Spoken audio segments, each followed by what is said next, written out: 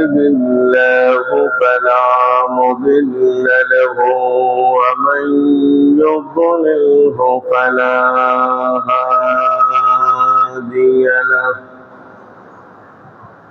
ونشهد أن لا إله إلا الله وحده لا شريك له ونشهد أن سيدنا وسندنا وأسيلتنا ومرشدنا ومحبوبنا وضعيفنا ومولانا محمدا عبده ورسوله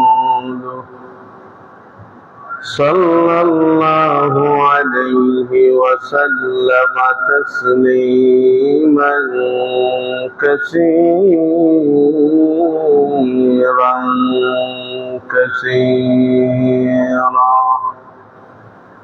الذي أرسله بالحق بشيرا ونذيرا وداعيا إلى الله بإذنه وسراجا منيرا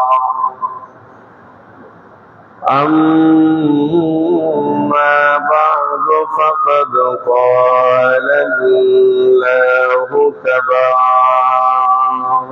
وتعالى في القرآن المجيد أعوذ بالله من الشيطان الرجيم اهدنا الصراط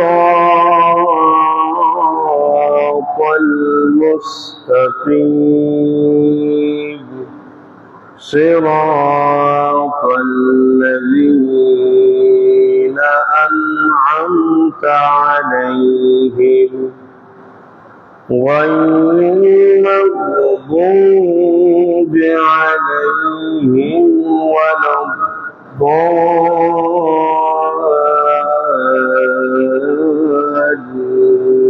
الضالين صدق الله مولانا العظيم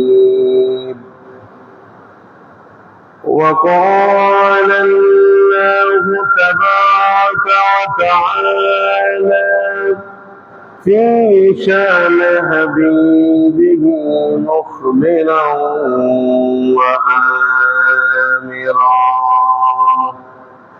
إن الله وملائكته يصلون على النبي يا أيها الذين آمنوا صلوا عليه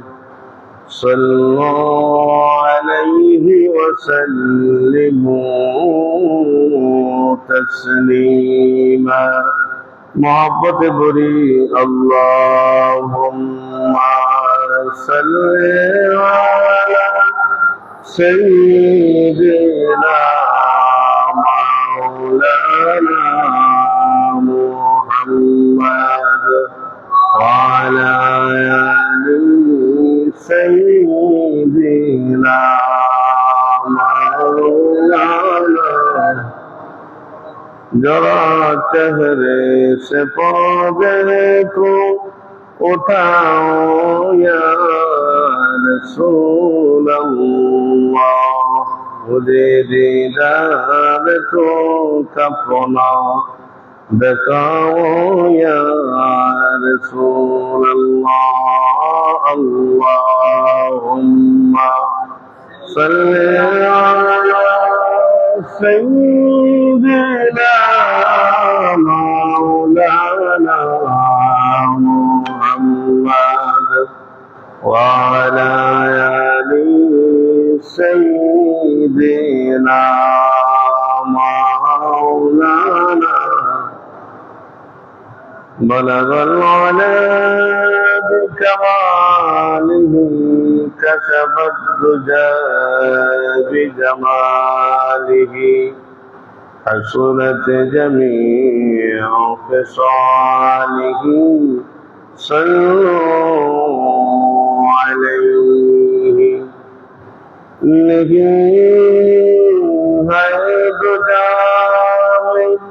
مثال محمد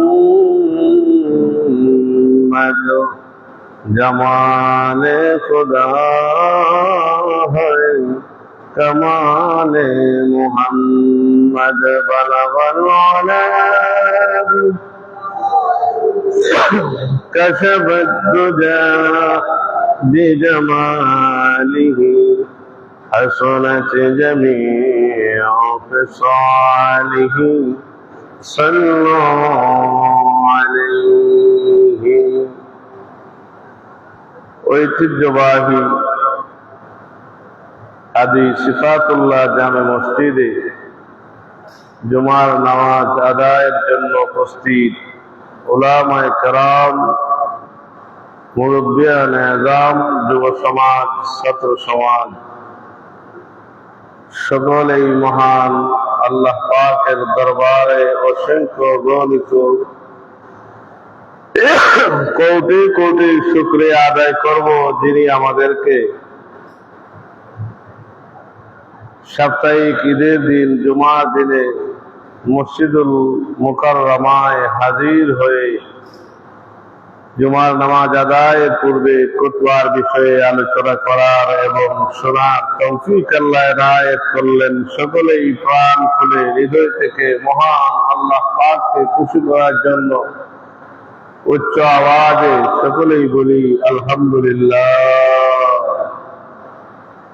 লক্ষ কোটি তার চেয়েও বেশি দুরূদ ও সালাম সৈয়দুল মুরসালিন, শফিউল মুজনবিন, রাহমাতুল লিল আলামিন, সৈয়দুস সাকানাইন, আফতাব নবুওয়া, শাহনশাহ রিসালা, সুলতানুল আরিফিন, শামসুল হিদায়াত, বদরুদ দুজা, নূরুন আলা নূর, মুহাম্মাদুর রাসূলুল্লাহ সাল্লাল্লাহু আলাইহি ওয়াসাল্লামের উপরে।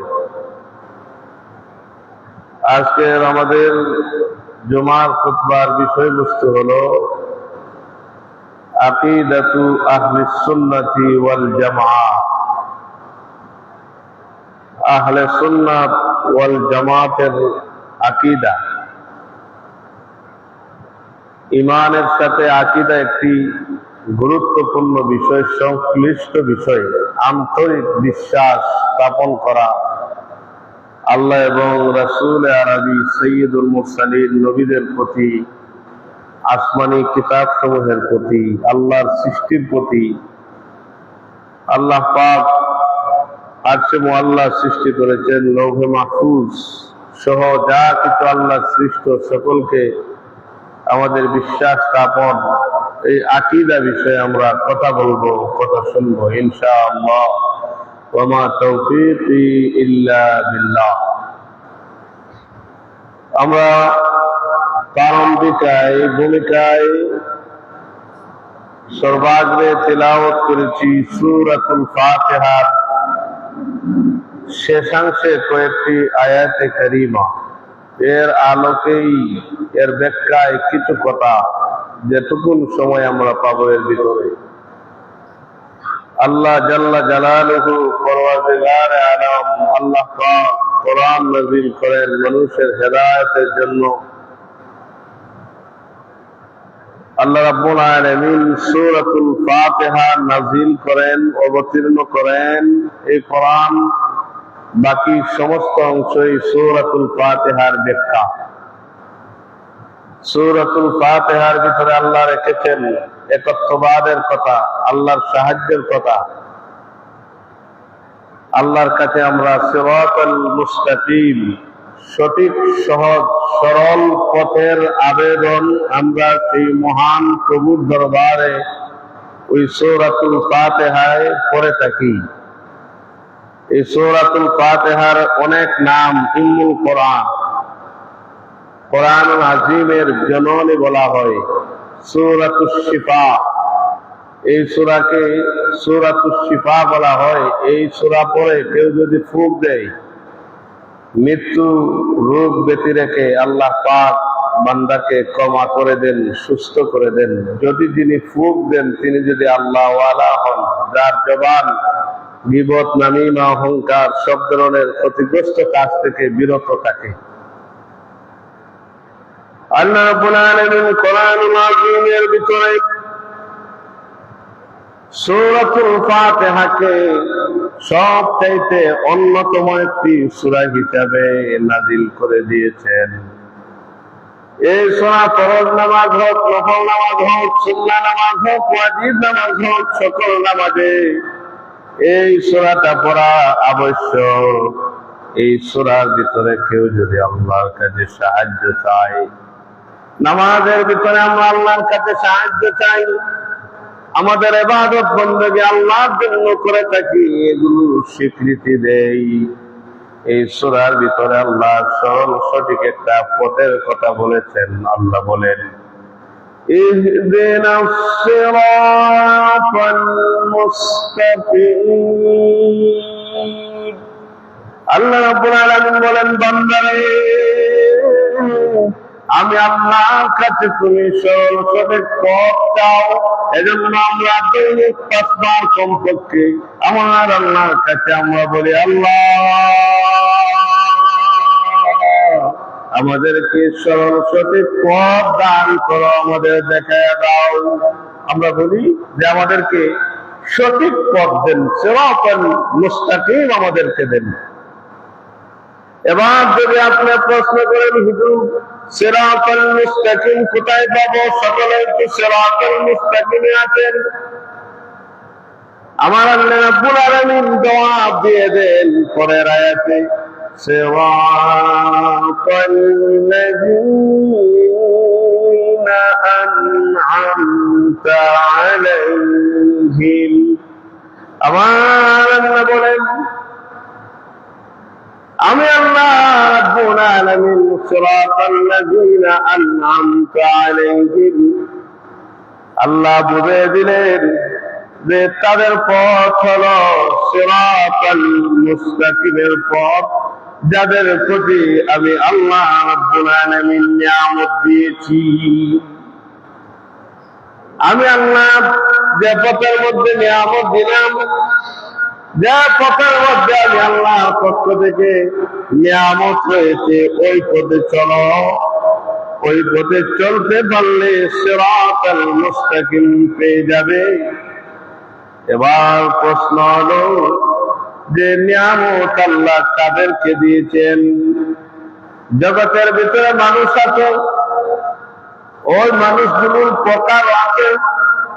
আমার আল্লাহ অন্য আয়াতে বুঝিয়ে দিলেন, আমি আল্লাহ যাদেরকে নিয়ামত দিয়েছিলাম, আন'আমাল্লাহু আলাইহিম মিনান নাবিয়্যিনা ওয়াস-সিদ্দীকিনা ওয়াস-শুহাদা'i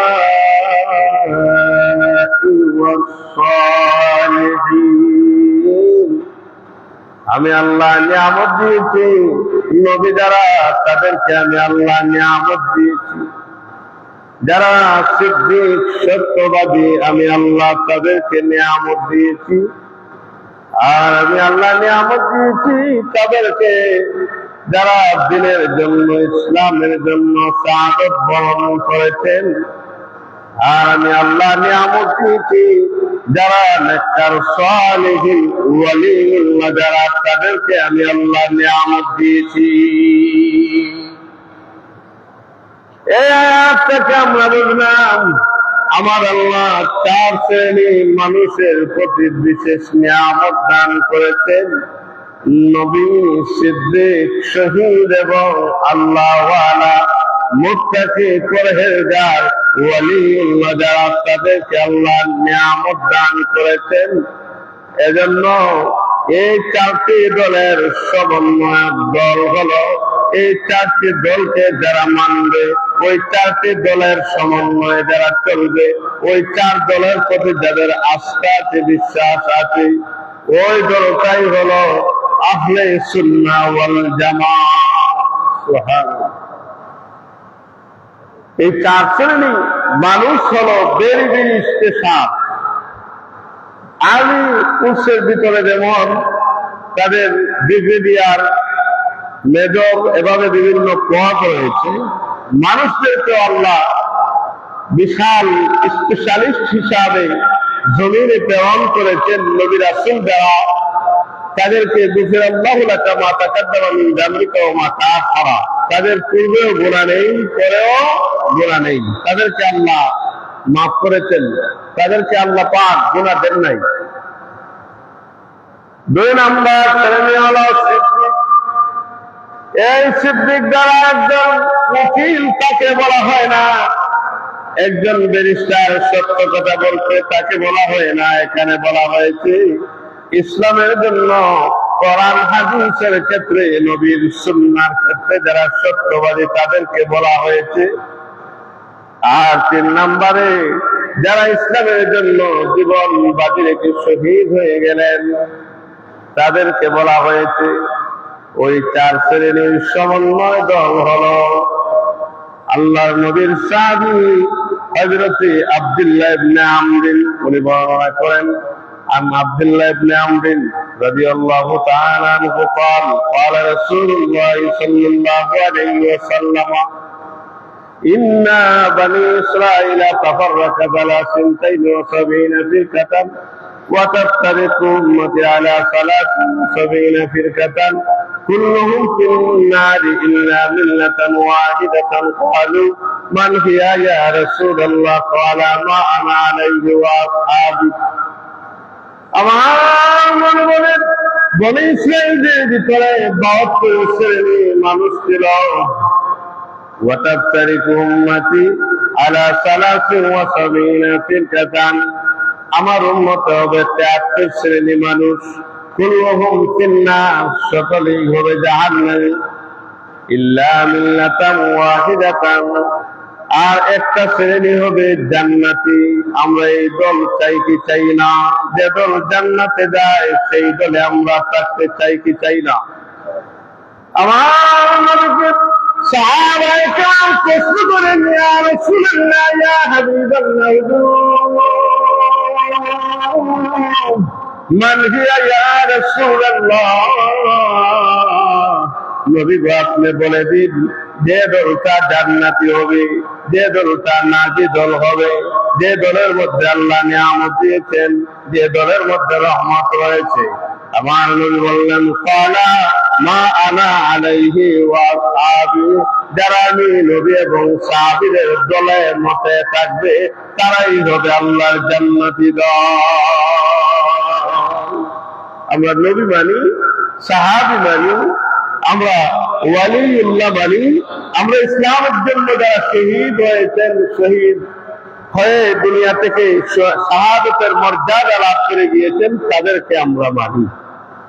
এখন আপনি বলবেন আমি মুখে কি বলবো যে এটা আহলে সুন্নাত? না, মিশকাতের ব্যাখ্যা গ্রন্থ মিরকাতে এসেছে, লা শাক্কা ওয়ালা রাইবা হাযিহিল ফিরকাতি আহলে সুন্নাহ ওয়াল জামাআহ, কোন ধরনের সন্দেহ নেই, বিনা সন্দেহে এই দলটাই হলো আহলে সুন্নাহ ওয়াল জামাআহ। সুবহানাল্লাহ।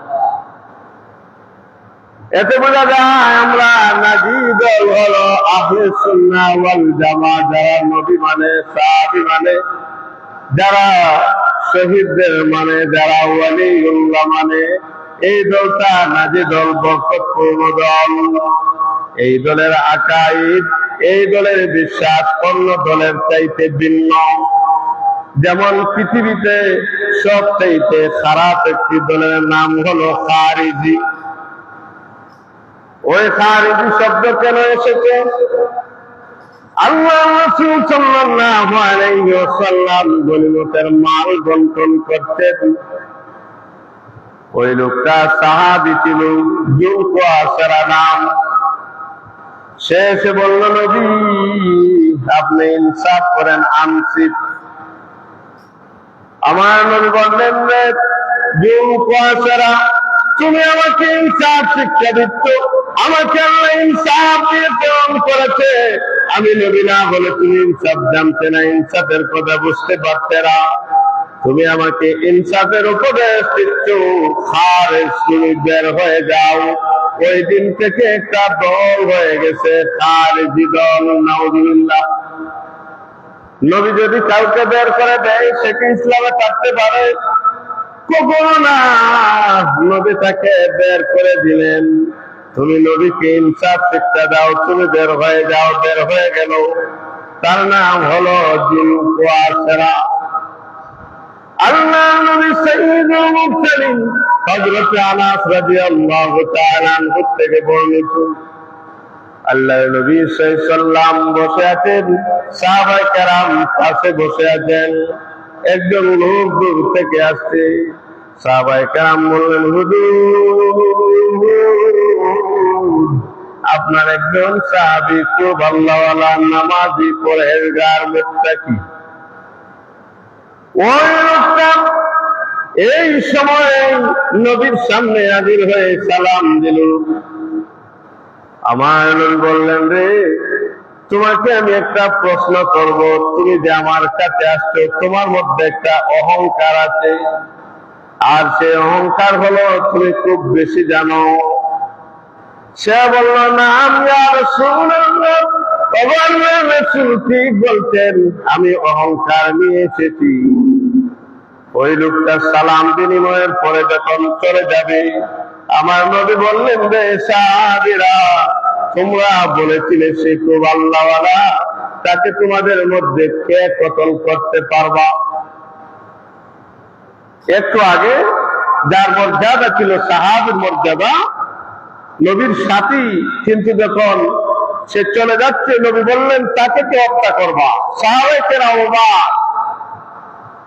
আমার নবীর সাহাবী হযরত আবু বকর রাদিয়াল্লাহু তাআলা আনহু বললেন, ইয়া রাসূলুল্লাহ, ইয়া হাবিবাল্লাহ, নবীর ওয়াদা আমি পালন করব। উনি গেলেন, উনি দেখলেন সে এভাবে আঙ্গুল দিয়ে অঙ্কন করলো। অঙ্কন করার পরে ওই জায়গার ভিতরে নামাজ পড়া শুরু করে দিয়েছে। আবু বকর ফিরে এসে বলেন, হুজুর, যে লোকটা নামাজের জন্য ঘর বানাইলো আঙ্গুল দিয়ে রেখা টেনে নামাজ পড়তে, তাকে আমি কেমনে কতল করি? হযরত ওমর গেলেন, যাওয়ার পরে ফিরে এসে বললেন, হুজুর, তাকে আমি কেমনে কতল করি? সে তো নামাজ পড়ছে। হযরত উসমান গেলেন, তিনিও ফিরে আসলেন। হযরত আলী রাদিয়াল্লাহু তাআলা আনহু যখন গেলেন, ফিরে এসে বলেন, হুজুর, তাকে আমি পাই না, পাইলে তাকে আমি কতল করতাম। নবী বললেন, রে সাহাবীরা, তাকে কতল করলে তো দল হইতো না।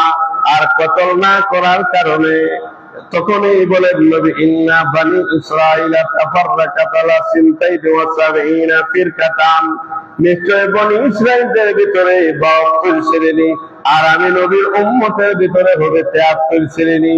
নাউযুবিল্লাহ। তাকে কতল করতে পারলে দল হতো না। এই থেকেই ভ্রান্ত দলের আবির্ভাব হয়। খারিজি, রাফিজি, শিয়া, মুতাজিলা, আশারিয়া, জাবারিয়া, এভাবে যথেষ্ট দল ওই হিজরতের সময়, হিজরির সময় পৃথিবীতে প্রতিষ্ঠিত হয়। তার ভিতরে একটি দল হলো খারিজি। খারিজিদের আকীদা কি? আমি আহলে সুন্নাত এবং খারিজি রাফিজিদের আকীদার পার্থক্য বোঝাতে চাচ্ছি। খারিজিদের আকীদা হলো মানুষকে এরা তা মনে করা যাবে না, মানুষ বিচার করতে পারবে না, কোরআন বিচার করবে, হাদিস বিচার করবে। কিন্তু আহলে সুন্নাত ওয়াল জামাতের আকীদা হলো কোরআন মাননেওয়ালা, হাদিস মাননেওয়ালা আল্লাহর বান্দা কোন মানুষ বিচার করতে পারে? সুবহানাল্লাহ। তাদের আকীদা হলো মানুষ কোন রায় দিতে পারবে না, আল্লাহর কোরআন দিবে, হাদিস দিবে। তাদের কিন্তু সূক্ষ্ম জ্ঞানে দেখেন তাদের কথাটা ভালো, কিন্তু আমাদের আকীদা হলো আল্লাহর কোরআনের ব্যাখ্যা হলেন আমার নবী। নবী যা রেখে গিয়েছেন কিতাবুল্লাহ ওয়া সুন্নাতু রাসূলিল্লাহ, নবী রেখেছেন কোরআন, নবী রেখেছেন হাদিস, আল্লাহর নবীর জীবন রেখে গেছেন। এগুলো হলো ব্যাখ্যা। নবী তো একজন ব্যক্তি যদি ফয়সালা করে দিতে পারেন, কোরআন হাদিস বুঝনেওয়ালা ব্যক্তিও ফয়সালা করে দিবে। প্রমাণ কি তাদের এই দলিলের বিরুদ্ধে? প্রমাণ হলো আন মুআয রাদিয়াল্লাহু তাআলা আনহু আন্না রাসূলুল্লাহ সাল্লাল্লাহু আলাইহি ওয়াসাল্লাম লাম্মা বা'আথা মুআযান ইলাল ইয়ামানি قال له كيف تقضي إذا أراد لك كذا؟ قال أهدي بكتاب الله. قال فإن لم تجده بكتاب الله قال أهدي بسنة رسول الله. قال فإن لم تجده بسنة رسول الله قال أجتهد بالرأي. رواه الترمذي وأبو داود والدارمي. আল্লাহ নবীর সাহাবী হযরত মুআয বিন জাবাল রাদিয়াল্লাহু তাআলা আনহুকে নবী তরফ করলেন ইয়ামানের দিকে, আর বললেন ক্বালা লাহু, আল্লাহর হাবিব তাকে বললেন যে মুআয কাইফা তাকদি ইযা আরাদা লাকা কাযা, তোমার কাছে যখন কোন বিচারের প্রার্থী হয়ে যাবে, তোমাকে তো আমি গভর্নর বানিয়ে দিলাম, তোমাকে তো আমি আমির বানিয়ে দিলাম, ওই আমিনে দেওয়ার পরে কেউ যদি তোমার কাছে বিচার প্রার্থী হয়, বিচার করবা কেমনে? উনি বললেন আদি বিকিতাবিল্লাহ, আমি আল্লাহর কোরআন দিয়ে ফয়সালা করে দিব। এতে বোঝা যায় কোরআন দিয়ে ফয়সালা দিবেন উনি। কোরআনের কথাগুলো, কোরআনের আইনটা মানুষ বলে দিবে, এটা হলো আমাদের আকীদা। কিন্তু তাদের আকীদা হলো কোরআন দিবে, মানুষ কোনো রায় দিতে পারবে না। আল্লাহর নবী বললেন ফাইলাম তাজিদু ফি কিতাবিল্লাহ, হে মুআয বিন জাবাল, যদি তুমি আল্লাহর কোরআনে ফয়সালা না করতে পারো, উনি বলেন তাআদ্দি বিসুন্নতি রাসূলিল্লাহ, আমি নবীর সুন্নাহ মুবারক দিয়ে বিচার করে দিব। এখানে কিন্তু একটা কথা আছে, আমরা আহলে সুন্নাত কেন? নবী বলেন নাই যে আমি, সাহাবী বলেন নাই আমি বিচার করব হাদিসু রাসূলিল্লাহ, এটা বলেন নাই যে নবীর হাদিস, আল্লাহ রাসূলের হাদিস দিয়ে বিচার করব বলেন নাই। বলেছেন আদি বিসুন্নতি রাসূলিল্লাহ, আমি আল্লাহর নবীর সুন্নাহ মুবারক দিয়ে বিচার করব। এজন্য আমরা আহলে হাদিস নই, আমরা হলাম আহলে সুন্নাত। সুবহানাল্লাহ। আল্লাহ নবী বললেন ফাইন লাম তাজিদু ফি সুন্নতি রাসূলিল্লাহ, হে মুআয, তুমি যদি আল্লাহ রাসূলের সুন্নাহ মুবারকে না পাও, তাহলে তুমি বিচার করবা কেমনে?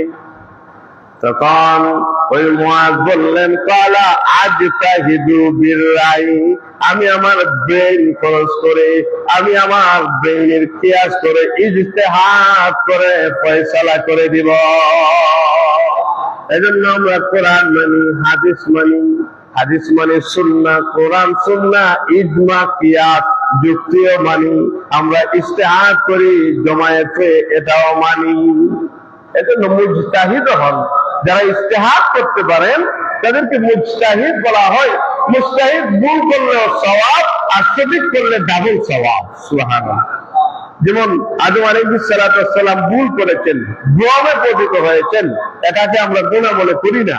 এটা ভ্রমে পতিত হয়েছেন, এটা ওনার গুনাহ হয় না, বরং সওয়াব হয়েছে। সুবহানাল্লাহ। নবীর মনোযোগী হাদিস থেকে আমরা বুঝে দিতে চাই, ওই খারিজিদের এক নাম্বার আকীদাকে আমরা খণ্ডন করলাম। তাদের দুই নাম্বার আকীদা হলো গুনাহগার তওবা না করলে কতল করা যায়, আর আমাদের আকীদা হলো মুসলমানকে বিনা কারণে কতল করা যায় না।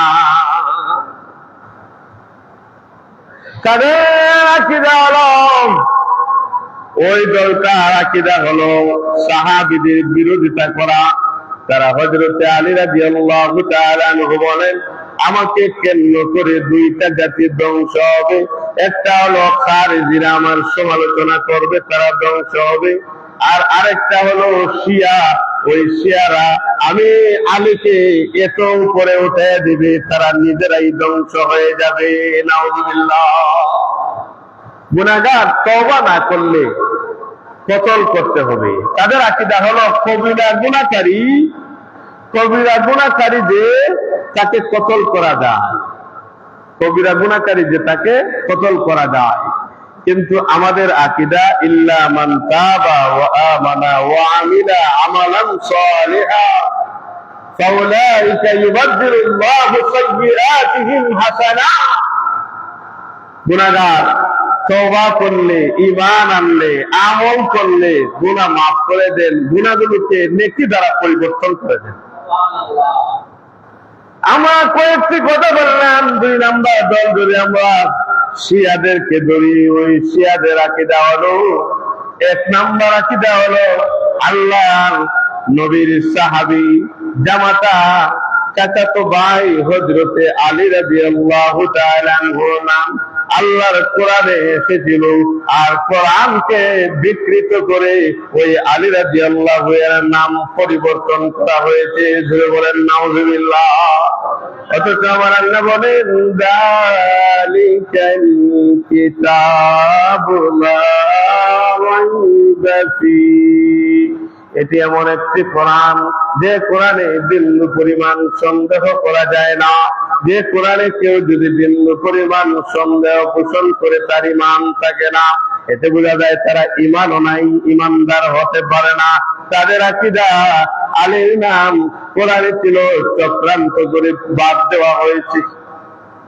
ওই শিয়া আলী রাদিয়াল্লাহু তাআলা আনহু ওই সাহাবী বেঁচে রেখে হযরতে আবু বকরের সমালোচনা করে, হযরতে ওমর রাদিয়াল্লাহু তাআলা আনহুর সমালোচনা করে, ওই শিয়ারা ওই একজন সাহাবী বেঁচে রেখে অন্য সাহাবীদের সমালোচনা করে। অথচ আহলে সুন্নাতের আকীদা হলো আসহাবী কুল্লুহুম হুজুলুন ফাবিআইহিম ইক্তাদাইতুম ইহতাদাইতুম, আমার সাহাবীরা হলেন ন্যায়পরায়ণ, যার দিকে অনুসরণ করবে হেদায়েতের আলো পেয়ে যাবে। এই জায়গায় নবী একজন সাহাবীর কথা বলেন নাই, সকল সাহাবীদের কথা বলা হয়েছে। হযরতে ওয়াহশী রাদিয়াল্লাহু তাআলা আনহুর মর্যাদা আকাশচুম্বী, যিনি হযরতে নবীজির চাচা আমির হামজাকে শাহাদাত করেছিলেন, ওই সাহাবীর দুলি খোলার মূল্য অন্যান্য উল্লাদের চাইতেও বেশি। মরুভূমিতে হাঁটার সময় যে দুলি খোলাগুলো লাগতো ওই বাহনে, আল্লাহ নবীর সাহাবীদের ব্যাপারে আমাদের ধারণা হলো নবীর সাহাবীদেরকে গালি দেওয়া যায় না, নবীর সাহাবীদের সমালোচনা করা যায় না। এতে বুঝলাম আমরা তাদের আকীদা ভ্রান্ত আকীদা। আর আহলে সুন্নাত ওয়াল জামাতের আকীদা হলো সাহাবীরা সমালোচনার ঊর্ধ্বে, তারা হলেন আসহাবী কান-নুজুম, তারা হলেন আকাশের এক একটি তারকা সমতুল্য। একটু জোরে কন্যা সুবহানাল্লাহ। নবীর সাহাবীরা এক একজন আকাশের তারকা তুল্য। তারা, আপনি দেখেন, আপনাকে যদি বলা হয় ইসলামের জন্য আপনার পরিবার পরিজন সব রেখে ফিলিস্তিনে যুদ্ধ করে শহীদ হন, আমার কথা আমি বলি, আমি বলবো আমার পরিবার রক্ষা করা ফরজ, আমি সেখানে যেতে পারবো না। কিন্তু সাহাবায়ে কেরাম যুদ্ধের জন্য রাসূলুল্লাহ দরবারে এসে বলেন, ইয়া রাসূলুল্লাহ উরিদু, আমি চাই, উরিদুল জিহাদ, আমি জিহাদ চাই। নবী বলেন, আহাইয়ু আবাওয়াকা, তুমি কি তোমার পিতামাতা জীবিত দেখেছো? যাও সেখানে খেদমত করো, জিহাদ করো। সাহাবী জিহাদের জন্য প্রস্তুতি নিয়ে এসে আল্লাহর হাবিবের সামনে হাজির হয়।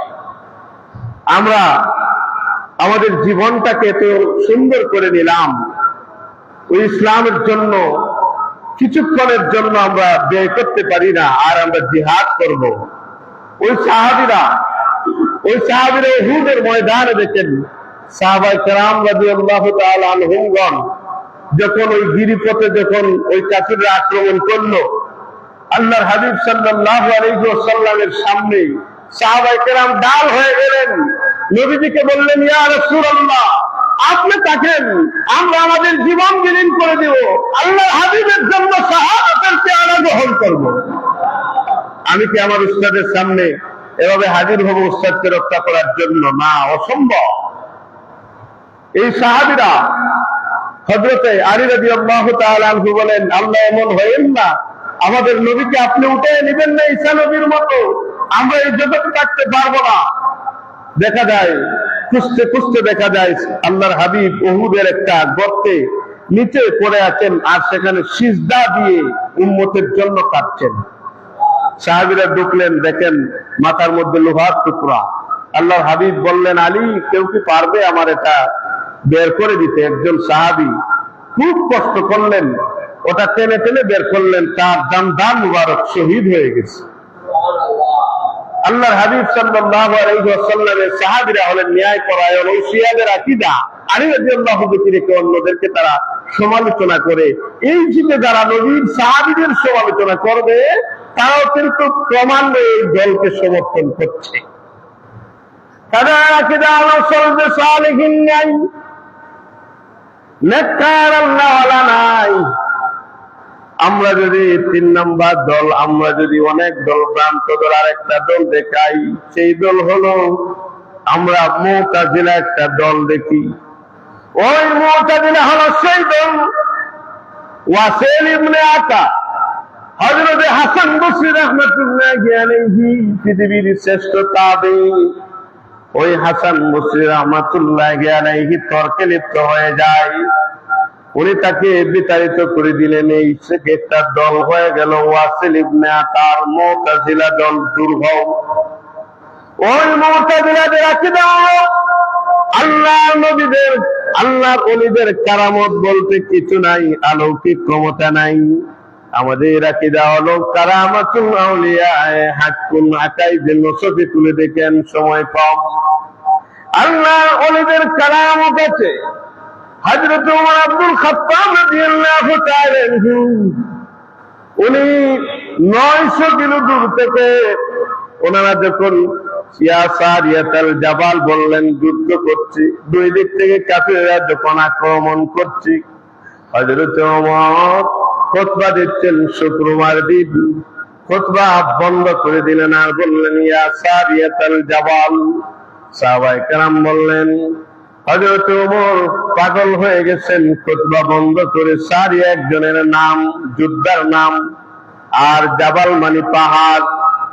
ওই আওয়াজ মসজিদের নাহওয়ানদের অবস্থানে যখন উনি ওই মসজিদে নববীতে আওয়াজটা দিলেন, যুদ্ধ চলাকালীন দুই দিকে আঘাত আসবে। হযরত ওমর বললেন, সারিয়ারে পাহাড়, পাহাড়, ওই পাহাড়ে পিঠ লাগাইয়া সামনে যুদ্ধ শুরু করে দাও। ওনারা পাহাড়ের মধ্যে পিঠ লাগাইয়া যুদ্ধ করলেন, জয়ী হইলেন।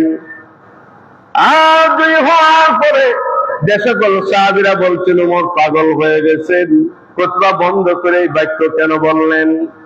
আবার কিছু হযরতে আলী বলেছিলেন, রে নবীর সাহাবীরা, তোমরা বুঝতে পারো না, অচিরেই হযরত ওমরের আওয়াজের ব্যাখ্যা পেয়ে যাবে। যুদ্ধ শেষ, তারা মসজিদে নববীতে এসে বলল যে আমরা পরাজিত হচ্ছিলাম, কিন্তু দুই দিক থেকে যখন আঘাত আমাদের শুরু হয়ে যাবে, কে যেন আমাদেরকে আওয়াজ দিল, ইয়া সারিয়াতাল জাবাল। আমি সারিয়া শুনতে পারলাম, আর ওই পাহাড়ের মধ্যে পিঠ লাগিয়ে সামনে আমি যুদ্ধ করলাম, আমরা জয়ী হয়ে গেলাম। সাহাবায়ে কেরাম বললেন, এই আওয়াজটা ছিল হযরত ওমর। সুবহানাল্লাহ। এগুলো হচ্ছে কারামত।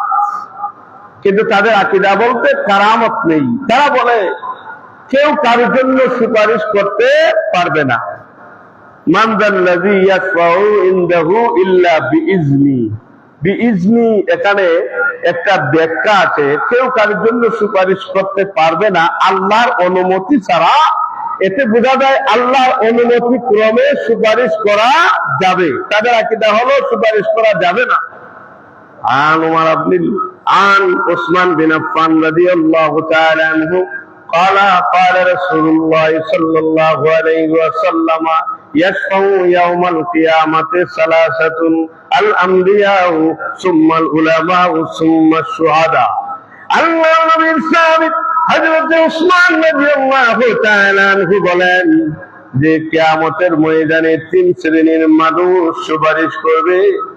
এক শ্রেণী হলেন নবীগণ সুপারিশ করবেন, 2 নম্বর শ্রেণী হলো উলামায়ে কেরাম সুপারিশ করতে পারবেন, 3 নম্বর হলো আল্লাহর জন্য যারা শাহাদাতের পেয়ালা গ্রহণ করেছেন সুপারিশ করবে।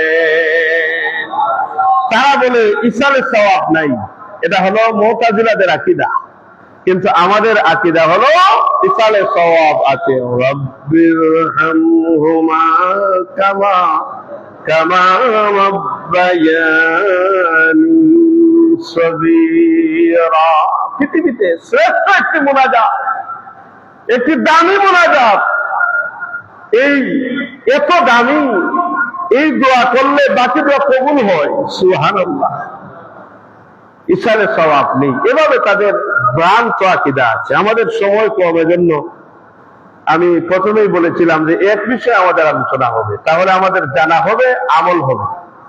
তো এই বিষয়ে অনেক আলোচনা আমরা যা শুনেছি, মানে বিশেষ বিশেষ যে আকীদায় আমাদের সাথে মিল নেই, এজন্য আমরা তাদের সাথে মিলতে পারি না। আমাদের আকীদা হলো আল্লাহর নবীগণ মাসুম, পূর্বেও গুনাহ নাই, পরেও গুনাহ নাই। সুবহানাল্লাহ। আমাদের আকীদা হলো সাহাবায়ে কেরাম হলেন ন্যায়পরায়ণ। আমাদের আকীদা হলো আল্লাহর ওলিরা আছেন, থাকবেন, ইনশাআল্লাহ কিয়ামতেও থাকবেন। মান তাশাব্বাহা বিকাউমিন ফাহুয়া মিনহু। যে যে জাতির সাথে সাদৃশ্য হয় তার সাথে তার হবে, ওই সময়ে হবে, হাসরেও হবে, সকল জায়গায় দেখা হবে। আমি যদি হক্কানে আলেমকে মহব্বত করি, এই হক্কানে আলেমের মহব্বতের কারণে আমি নাজাত পেয়ে যেতে পারি, আমি তার সুপারিশ পেয়ে যেতে পারি, আমি আমার জীবনকে রঙিন করে নিতে পারি।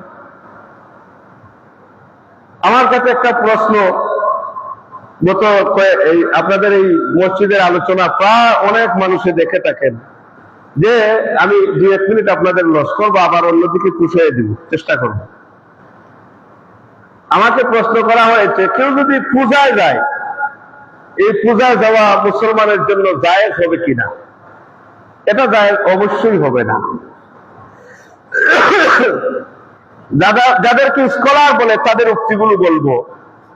আল্লাহ বলেন, ইন্নাল্লাহা লা ইয়াগফিরু আন ইউশরাকা বিহি ওয়া ইয়াগফিরু মা দুনা যালিকা লিমান ইয়াশা। আল্লাহর সাথে শরীক করলে আল্লাহ ক্ষমা করেন না, অন্য গুনাহ যাকে চান ক্ষমা করে দিতে পারেন। এটা হচ্ছে বিধর্মীদের একটা অনুষ্ঠান। এই অনুষ্ঠানে আপনি অংশগ্রহণ করা মুসলিম হিসাবে কখনো জায়েজ নেই। সপক্ষে প্রমাণ কি? প্রমাণ হিসাবে ইবনে তাইমিয়া, যারা যান তারা ভালো মতোই ছিলেন ইবনে তাইমিয়াকে। ইবনে তাইমিয়া ইক্তেদা আস-সিরাতুল মুস্তাকিম গ্রন্থে 525 পৃষ্ঠায় প্রথম খণ্ডে লিখেছেন যে কাফিরদের কোন, বিধর্মীদের কোন অনুষ্ঠানে কোন মুসলিম অংশগ্রহণ করলে এবং সেটাকে অভিনন্দন জানানো, উভয়টাই হারাম হারাম হারাম। ইবনে তাইমিয়া তারা ভালো ছিলেন যারা এগুলোই জান। এরপরে ইবনুল কাইয়ুম আহকাম আহলিস জিম্মা একটি কিতাব, এই কিতাবের প্রথম খণ্ডে 244 পৃষ্ঠায় লিখেছেন যে কাফিরদের অনুষ্ঠানে মুসলমান অংশগ্রহণ করা কুফরিকে সমর্থন করা, আর এটা বড় ধরনের একটি গুনাহ। এই উত্তরটা যারা এখানে দেখবেন, আমার কাছে অনেকেই মেসেঞ্জারে প্রশ্ন করেছেন, এই উত্তরটা এখন দিয়ে দিলাম। আমরা তাদের কাছেই রেখে দিলাম ফতোয়া কি হবে। যারা অংশগ্রহণ করেন, অভিবাদন অভিনন্দন জানান, তাদের কাছেই আমরা দিয়ে দিলাম। আল্লাহ পাক আমাদের কাছে হেদায়েত, আল্লাহ আমাদেরকে হেদায়েত করুন। যারা হেদায়েতের পথ ছেড়ে অন্য পথে যান তাদেরকে আল্লাহ হেদায়েত করুন। সকলে বলি আমিন। আউযু বিল্লাহি মিনাশ শাইতানির রাজীম। বিসমিল্লাহ।